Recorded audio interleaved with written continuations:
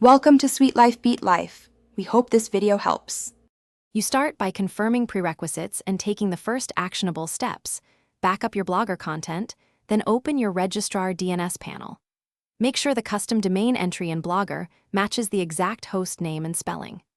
Next, verify there are no conflicting redirects in the registrar or site forwarding settings because those will short-circuit Blogger.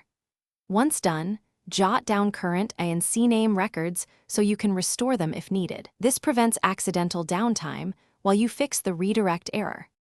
Now continue with the detailed execution.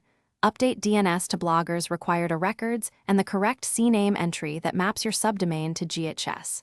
Google hosted. Com.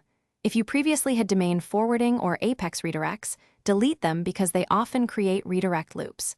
If you use Cloudflare or similar, switch the proxy to DNS only while testing so HTTP requests reach Blogger directly. After saving changes, wait for propagation, but do not assume instant success.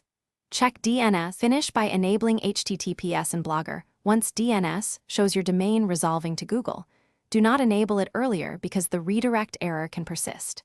Clear browser and CDN caches, test on different networks and mobile to ensure no cached redirects remain.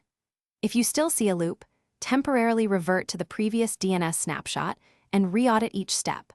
Often a wrong record or an extra forwarding rule causes the issue. Key tip, check the CNAME host name exactly. One typo causes persistent redirects, so correct it and repropagate.